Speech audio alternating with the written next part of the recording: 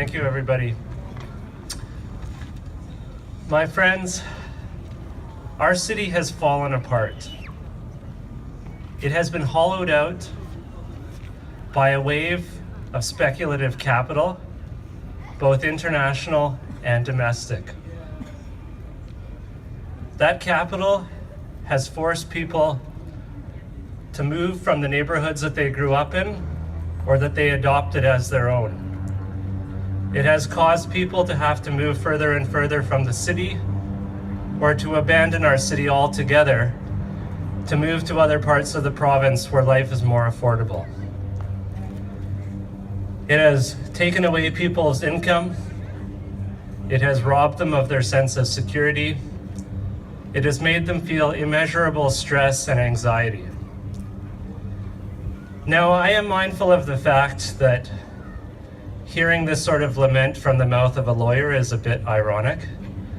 I mean, when lawyers complain about the cost of living, hell has probably frozen over. Certainly today it has. But the thing that's important to remember in all of this is that the housing crisis is something that affects all of us, even if it is to differing degrees. If you take my own situation, yes, I have a home. Yes, I pay too much for it. Yes, I don't have any money for much else.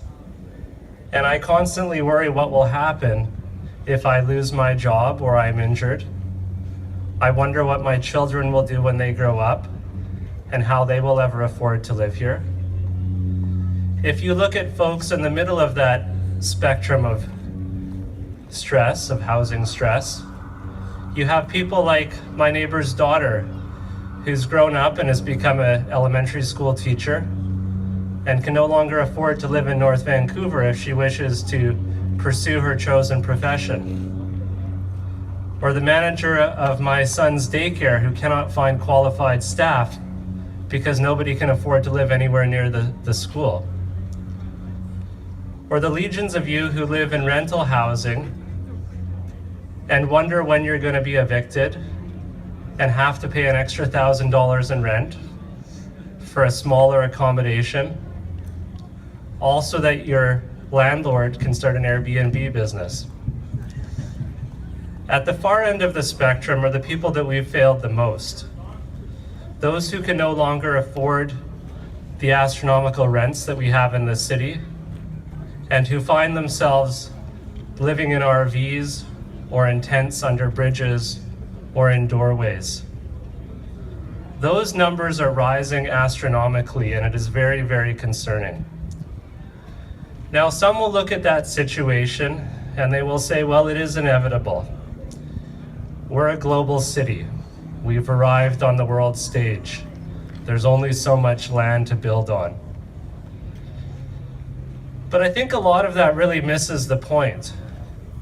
You know, my friends and I in the BC Green Party, we tend to see things a bit differently. We believe that housing is for homes, not for speculative investments to be flipped for a quick profit. And as you know from the introduction, I was asked to come and speak to you today. Andrew has given me a personal letter which he's asked me to read out to you, a small message of support from him and his team in Victoria. Andrew writes, "Thank you for reaching out to the BC Greens to speak at this event. As the affordability crisis has spiraled out of control due to inaction by the previous government, it has been because of the tireless work of concerned citizens like you that we can finally hope to see some action in this week's budget.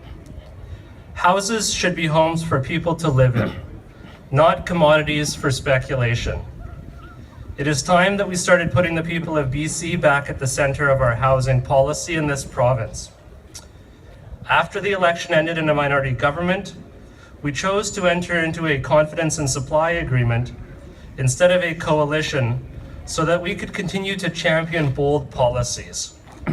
Our promise to you is that we will continue to hold this government and indeed all future governments to account so that we can have a thriving community across the province. Thank you for your opinion, sir. Now, beyond this letter of support, I would just say, and many of you may know this already, but we have recently published our housing policy document.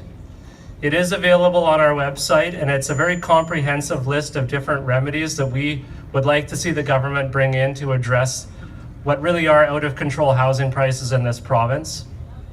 Those measures are focused on things like speculation, on property flipping, on the issues with the agricultural land reserve like we heard about earlier, on the issues of Airbnb like we heard about earlier, on the issues in regards to the Bare Land Trust system and all the problems that that has caused. It's a variety of different measures. We think it's a comprehensive approach to address this system.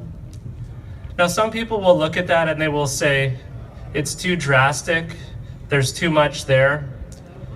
We tend to disagree. You know, when we look at what has been done to remedy this problem in other major cities around the world, we see numerous examples of other cities that have successfully implemented these sorts of policies. We're also pleased to see that the Union of British Columbia Municipalities has issued its own policy document, and many of those same policies overlap with those that we are promoting ourselves. So there's a lot of goodwill on that front. You know, I think from a throne speech perspective, we were obviously very pleased to hear what the NDP had to say in its its throne speech last week. But ultimately, we are waiting like you to see what comes out in the budget. And as much as we are optimistic and hopeful that they get the magnitude of the problem, there is always a risk, which is that governments tend to be cautious and conservative by nature when they get in power. And from our perspective, we look at the situation and we say, you know what? Now is not the time for half measures or lukewarm responses to the situation. Now is the time for bold action. So we are going to do what we can to hold the government's feet to the fire, to encourage them to be bold, and to remedy these issues. But we cannot do that alone.